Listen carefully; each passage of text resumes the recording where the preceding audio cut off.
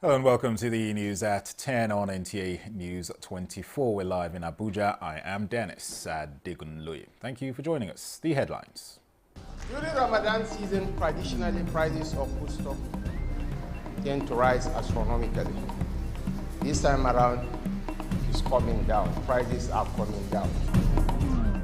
President Bola Tinubu hosts senators to breaking of the Ramadan fast.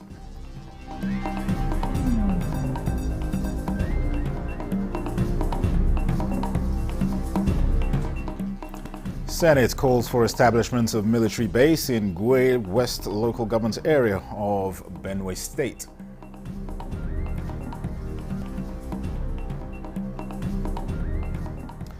And Ministry of Women Affairs Iman Suleiman Ibrahim continues advocacy for women empowerment at ongoing Commission for the Status of Women in New York.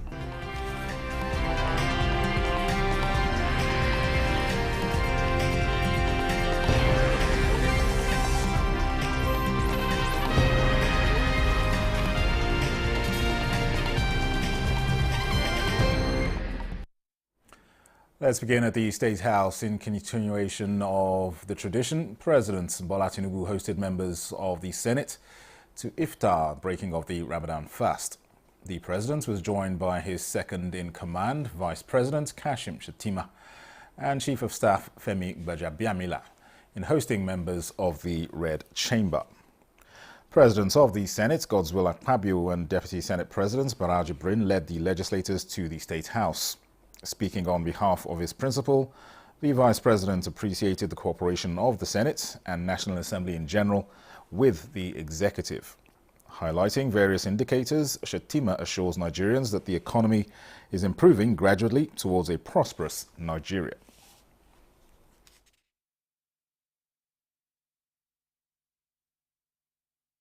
And here we are. NNPC and Dangote are struggling to see who will sell oil at the lowest price.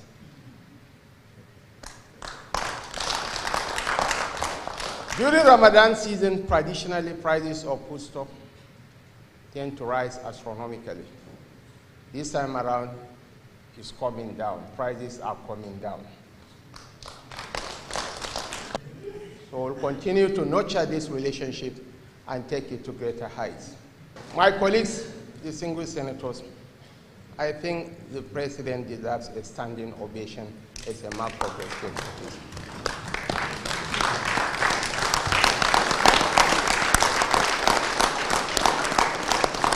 You said you don't like water and borehole, that go and do tangible things, that when I come to your area on a state visit, I can commission also constituency projects.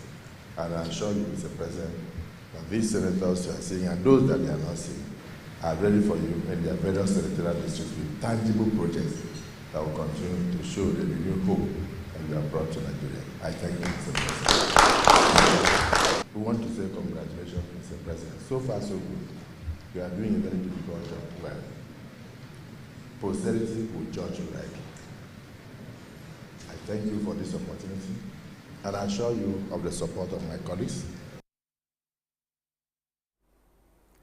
Meanwhile, the Senate has called for the establishment of a military base in Gwe West local government area of Benue State to halt the spate of attacks on communities. The lawmakers also urged security agencies to restore law and order in all the trouble spots. National Assembly correspondent Lami Ali reports that the appeals were in response to a recent security breach in the state. The latest attack in Benue State, suspected to have been carried out by bandits, said Senator Titus Zam, left scores dead as he laments the consequence of the attacks. The incident attacks by bandits on Jarawa community and Gwe West local government area of Benue State will significantly impact on food production and agricultural activities.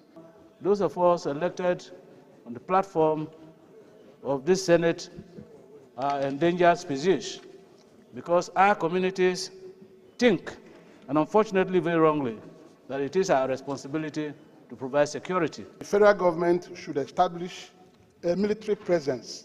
Succor will come to the people there and a military base will be established in order to save lives and forestall future occurrences.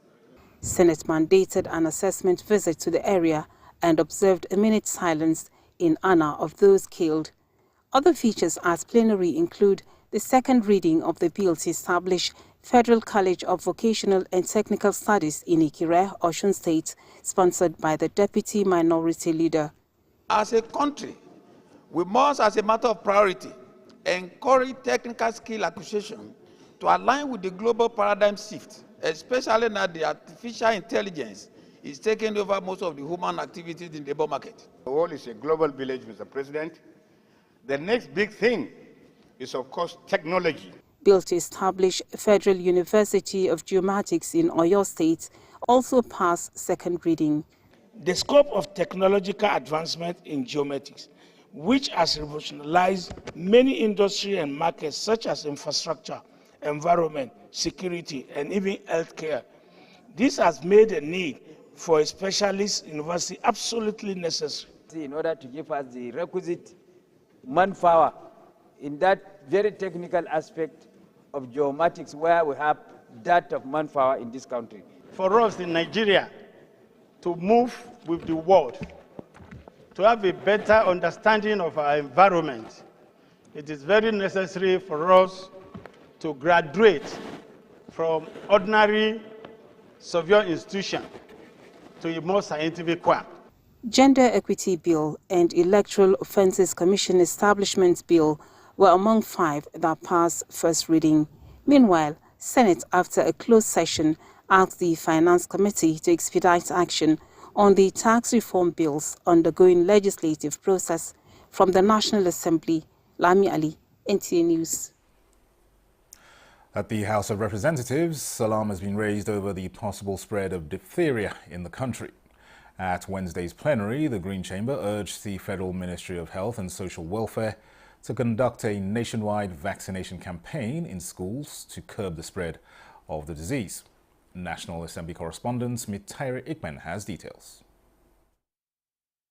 Diphtheria, a bacterial infection, affects the nose and throat, with difficulties in breathing and swallowing among symptoms.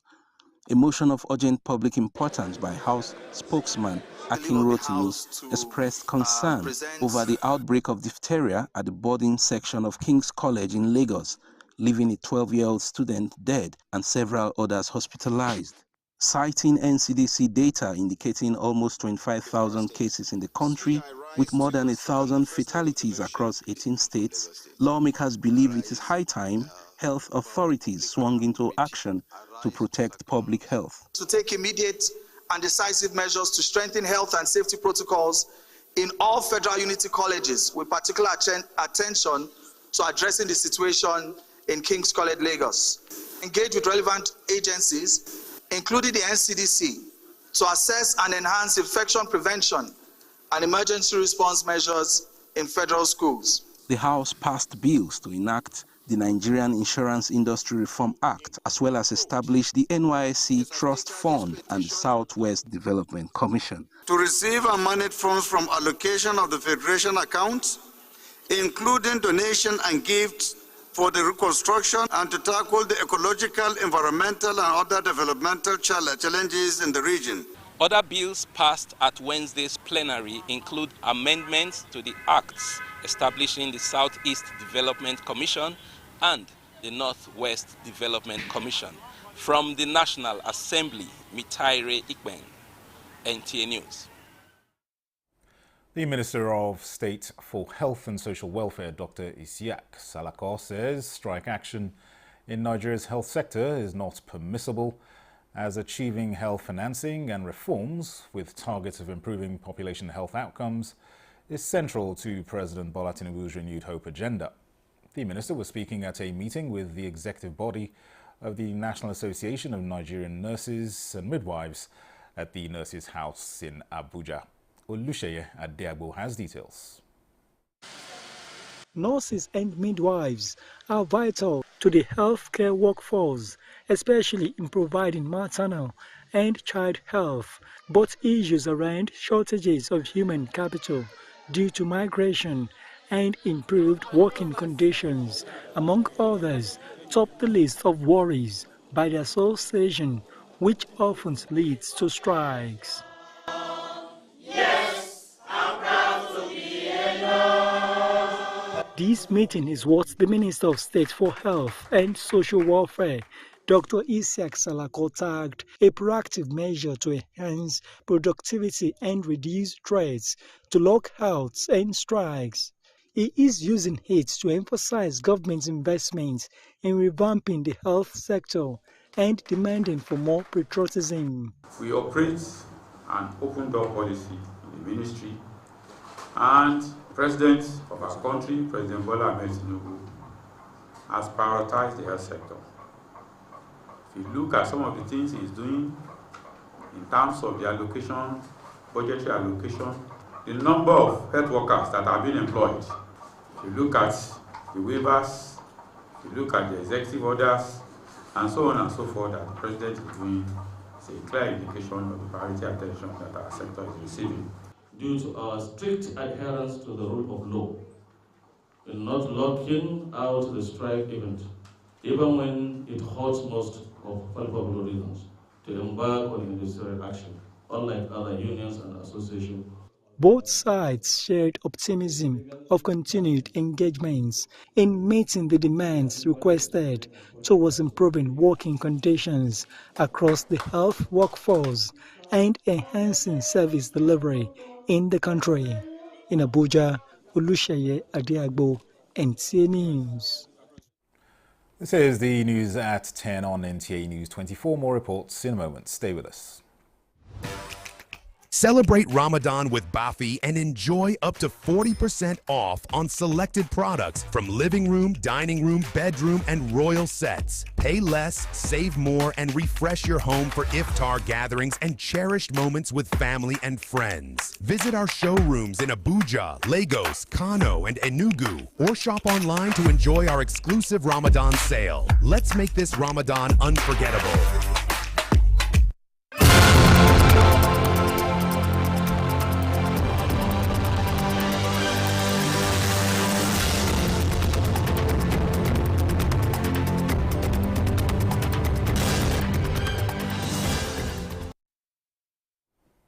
You're welcome back. Minister of Women Affairs Iman Suleiman Ibrahim has continued her advocacy for women empowerment at the ongoing Commission for the Status of Women, CSW 69 in New York, urging global leaders to correct the oversight and position women and girls to design and lead sustainable cities of the future. She disclosed this during the high-level dialogue on women and girls leadership with the theme, how can women and girls leadership help save our cities and planet? Women and girls bear the greatest burden of these challenges.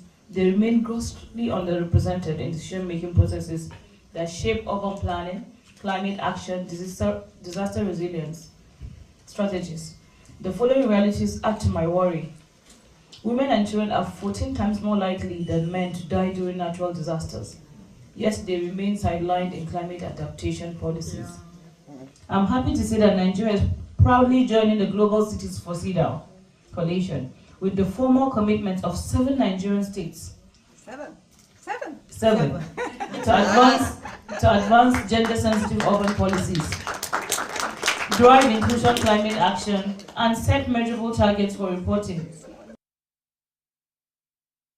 The minister says the world is experiencing unprecedented urbanization, environmental degradation, and climate change impacts, all of which disproportionately affect women and girls. She noted that their roles in shaping sustainable cities, resilient communities, and climate-conscious governance cannot be overemphasized. The use of improvised explosive devices by terrorist groups is a major challenge in counter-terrorism efforts in the northeast. Defense correspondent Ismail Musa reports that Nigeria, the United Kingdom and the US are therefore joining forces to combat the global threat through the capacity development of Nigeria's security agencies. It's more than 2 decades since the September 11 attack in the US, amplified by improvised explosive devices, IED. but the sad memories of lives lost remain fresh. With advancement in technology and communication, IED threats have continued to grow in scope and capacity, destroying lives and property, truncating counter-terrorism operations in northeast Nigeria. Threat of improvised explosive devices. This symposium is focused on developing a comprehensive approach to tracking and destroying IEDs through capacity development for security agencies.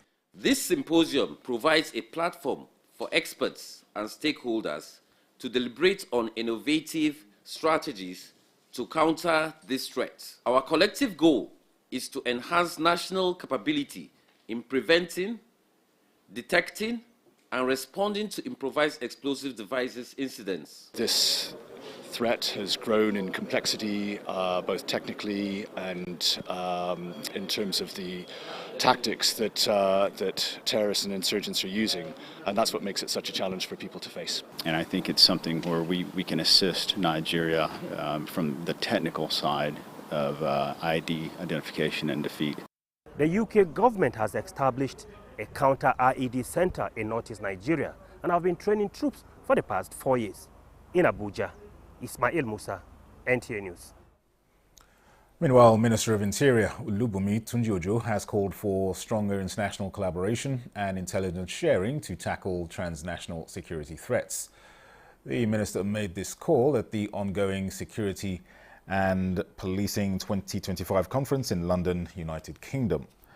At the event, he held high-level discussions with Phil Douglas, Director General of the UK Border Force, focusing on security collaboration, border control, and intelligence sharing between Nigeria and the UK. The discussions reinforced both countries' commitment to fighting organized crime, managing immigration challenges, and enhancing counter-terrorism efforts. The minister stressed the need for technology-driven solutions and proactive intelligence in addressing evolving security threats. The Security and Policing 2025 conference brings together government officials, law enforcement agencies, and security experts to explore advancements in security technology, enforcement strategies, and policy developments. Bilateral talks between Nigeria and Brazil have demonstrated Nigeria's willingness to expand its diplomatic presence and engage key sectors. Minister of Foreign Affairs Yusuf Tuga reaffirmed this commitment during a meeting with Brazil's Foreign Minister Mauro Vieira in Abuja. Garba Natala reports. Nigeria and Brazil have a growing bilateral relationship with cooperation in areas of cultural exchange, trade and investment, agriculture, education and economic cooperation. In fact, Nigeria ranks Brazil as its largest buyer of non-oil exports, with Brazilian stakeholders investing $2.5 billion in Nigeria's livestock market. Nigeria's top diplomat, Yusuf Tuga, continues making waves in advancing the country's interest, citing President Tinubu's participation in G20 summit last year in Brazil. He had cause to engage in several activities that would further strengthen the bond between the two countries. So this is a continuation of that process, apart from other processes that exist already between the two countries. And also to make a point about the very close contacts that we have between Brazilians and Nigerians, and the presence of Nigerians in the Brazilian society and culture. The quest of seeking to continue diversifying Nigeria's economy heightens as both parties have entered a closed-door session for bilateral talks to identify areas of mutual interest. In Abuja, Garba Muhammad Atala, NTA News. In other news, the Federal Ministry of Agriculture and Food Security, in partnership with the Renewed Hope Initiative, has trained and empowered women farmers across the 13 local government areas of Nasarawa State, with 26 million naira to enhance the food security program of government.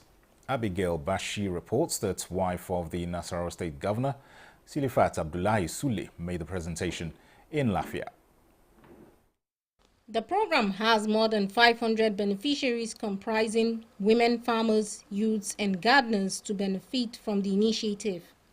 While describing the Renewed Hope initiative as a game changer with numerous interventions to transform the country, wife of Nasarawa State Governor Silifat Abdullahi Sule, represented by the Deputy Governor's wife, Sheila Tosin Akabi, urged the women farmers to make proper use of the opportunity by contributing to local and national food production.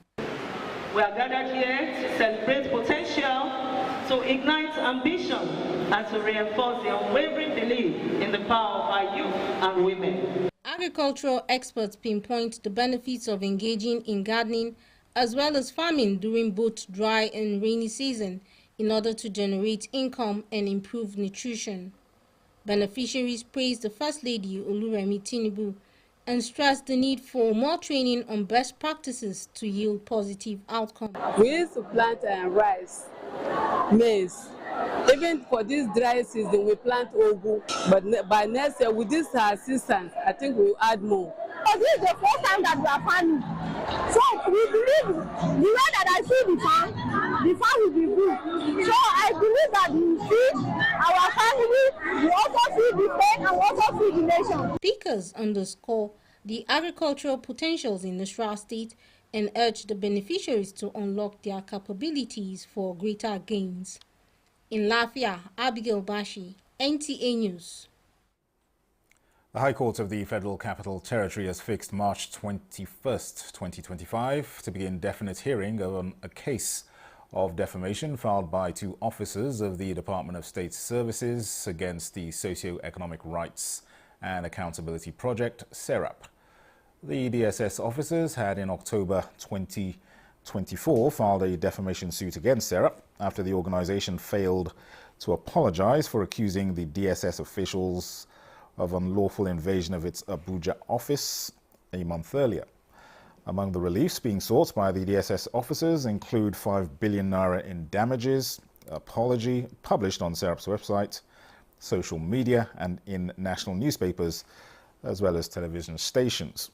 In addition, the secret police officers are demanding 50 million naira for legal costs and 10% annual interest on the 5 billion naira until payment is fully made. When the matter came up for a definite hearing, SERAP's legal team raised several interlocutory applications and objections. These centered on the court's jurisdiction, that they were not properly served, and that the DSS officials lacked legal standing to sue since they were affiliated with the agency.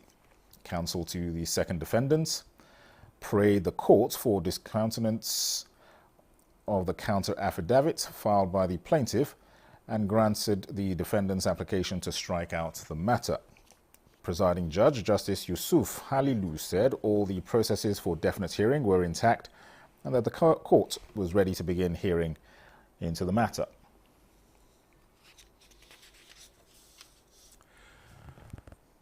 This is the news at 10 on NTA News 24. Here's a look at our top stories. During Ramadan season, traditionally prices of foodstuff tend to rise astronomically. This time around, it's coming down. Prices are coming down. President Bola Tinubu hosts senators to breaking of Ramadan fast.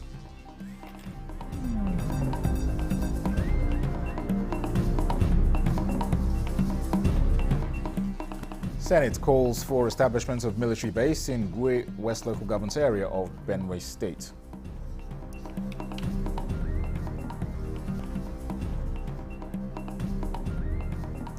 And Minister of Women Affairs Iman Suleiman Ibrahim continues advocacy for women empowerment at ongoing Commission for the Status of Women in New York.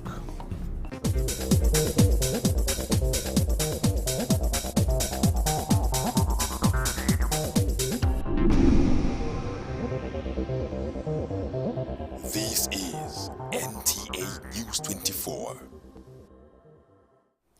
The Federal Ministry of Art, Culture, Tourism and Creative Economy is set to transform the sector through an artful alliance with the Ministry of Finance Incorporated, MOFI. Gufan Shaji Guanyi reports that through a Memorandum of Understanding, the Minister of Art, Culture, Tourism and Creative Economy, Hannatu Musa Musawa, will bring her expertise and passion for promoting Nigeria's rich cultural heritage to the table as the MOFI Asset Manager and Investments arm of the federal government collaborates to make a significant impact on Nigeria's economy through the industry. With the mandate that the President had given us to think outside of the box, we were very lucky to also come into contact with an arm of government, with a team that also has that same vision, that hunger for innovation. So in working with you to put up this fantastic structure for the creative and cultural industry, in a way that helps us open up that, potential. So I can imagine that when we create a platform that allows artists like yourself and many others to showcase their artwork, that it isn't just about art, it is true economic prosperity. That our artists would no longer just be thriving on being celebrated as artists, but they would achieve economic empowerment. This collaboration is expected to unlock the full potential of Nigeria's creative industry, driving growth, innovation, and job creation, with the creative sector already contributing 4% to the country's GDP. And that concludes the News at 10 on NTA News 24. Thanks for watching. I am Dennis and Digan.